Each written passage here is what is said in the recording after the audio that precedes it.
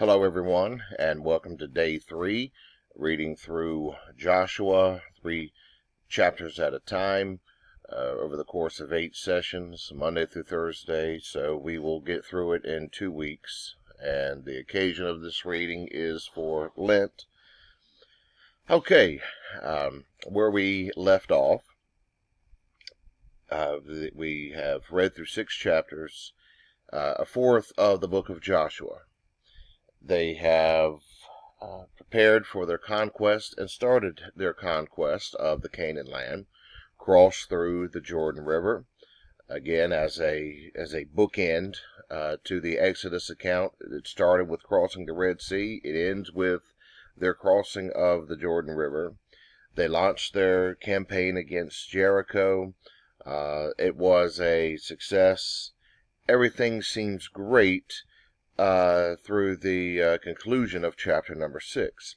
However, in the 6th chapter, we were given the command, the requirement, that when they went into Jericho, the individuals were not to take of the loot, of the spoils. That this is important. One reason is, when people start looting for personal gain, there ends up being an inevitable imbalance. Some are going to gain more, some are going to gain less. Some may not be successful at gaining any kind of loot.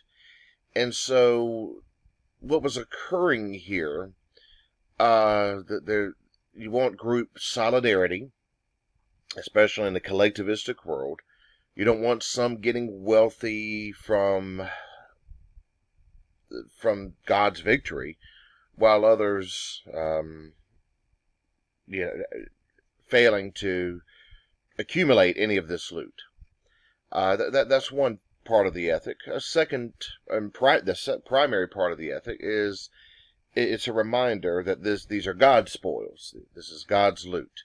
So anything is going to be consecrated by being brought to God in terms of whatever gold and silver and materials that were valuable in Ai. So as we start our reading in chapter number 7, the narrator gives the material for Achan. Achan made the choice to take some of the spoils of Jericho. And he's going to become a representative of the people in a sense. In a collectivistic world, individuals become representatives of the broader corpus.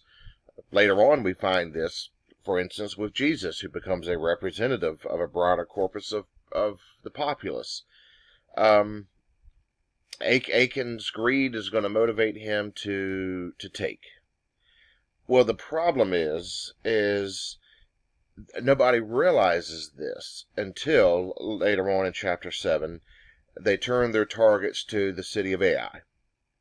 Now, if Jericho was fortified, walled, what we call a royal city, a very primary location, Ai was much more modest and humble. And so they're going to approach Ai with a lot of confidence. In fact, the scouting party recommends to Joshua that they don't need to send as many men. They need them, the army doesn't need to be as robust to defeat Ai, and Joshua's going to send his men to Ai. They are going to fail there. They are going to be resisted by the small, modest community of Ai. Naturally, this turns to discouragement. Joshua doesn't understand. God, how can you lead us in victory against Jericho and then lead us into failure at Ai? This doesn't make any sense. It says the hearts turned to water. The hearts melted. It was quite a formative event. Well, it turns out that the camp is polluted. And in the Bible, the Hebrews of antiquity, it was understood that persons and places and things can be profaned or polluted.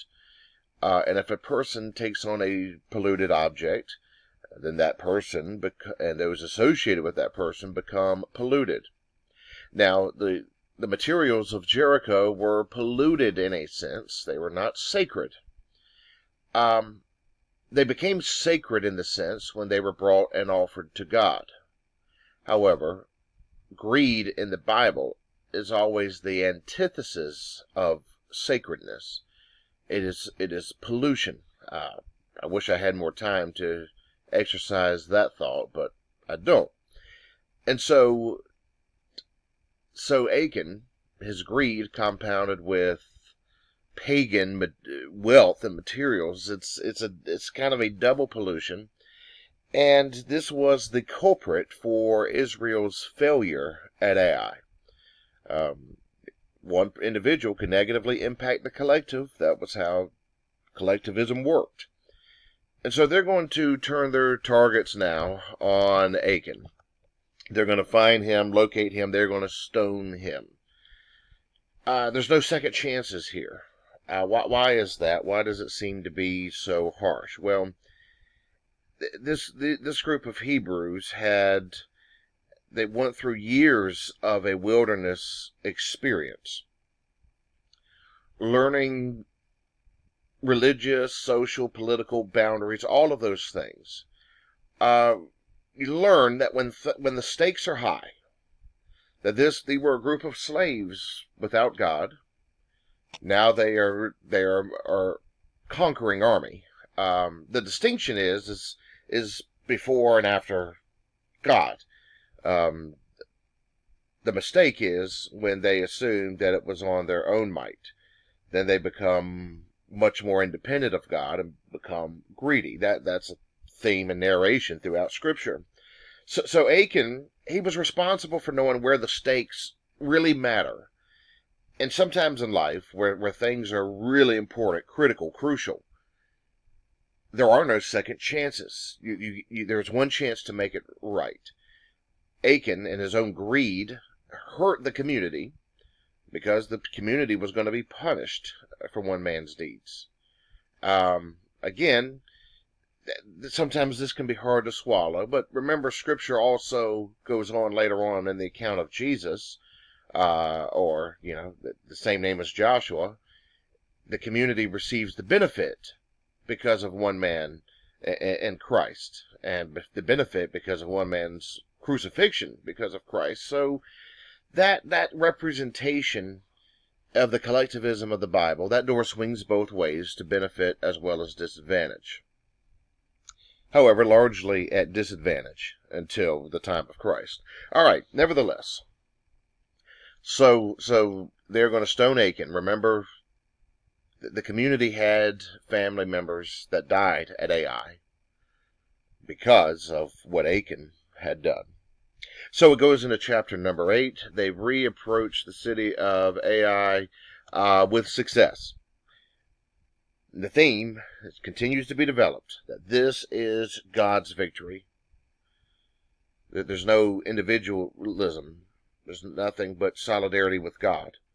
But the failure of individuals can lead to the failure is going to be shared by the collective. The victory is going to be God's victory that benefits the collective. And then at the conclusion of chapter number 8, here is this idea of a covenant renewal that's occurring. That they're going to consecrate themselves once more, preparing for the next step. All right, so as it goes into chapter number 9, there we find the last chapter of today's reading, the account of the Gibeonites. So once they had marched through Jericho and then Ai, it was clear that the Hebrews were on a campaign. This wasn't about one location or two locations. All of the native locations of Canaan were at a threat. The Gibeonites formulate quite an interesting plan. They're going to send representatives to Joshua to make peace. And they are going to misrepresent themselves as coming from a distant location, make themselves look like they've traveled a great distance to arrive there to Joshua. So Joshua thinks these are people that we're not interested in. the people of Gibeon. So he makes peace with them, but later on finds out that he was deceived. But the peace is going to be maintained. It's awkward, but the Hebrews are going to show that they're going to be faithful to their covenants in the same way that God is faithful to his covenant. That covenant behavior was learned through the covenant extension from Yahweh, from God.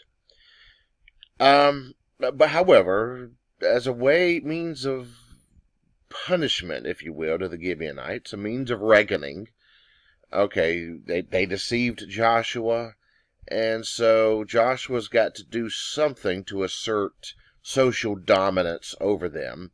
And at the conclusion of chapter number 9, he decides to turn them into into laborers, woodcutters and water carriers. And they're going to be woodcutters and water carriers to the altar of the Lord. So, while they're going to be laborers, but they're going to be laboring for the most holy and sacred site, and the community of the Hebrews. So that's interesting. Okay, well we are 11 and a half minutes in, and so I better move on, and I will rejoin you again tomorrow for our final reading for the week. Thank you all for joining with me. Take care.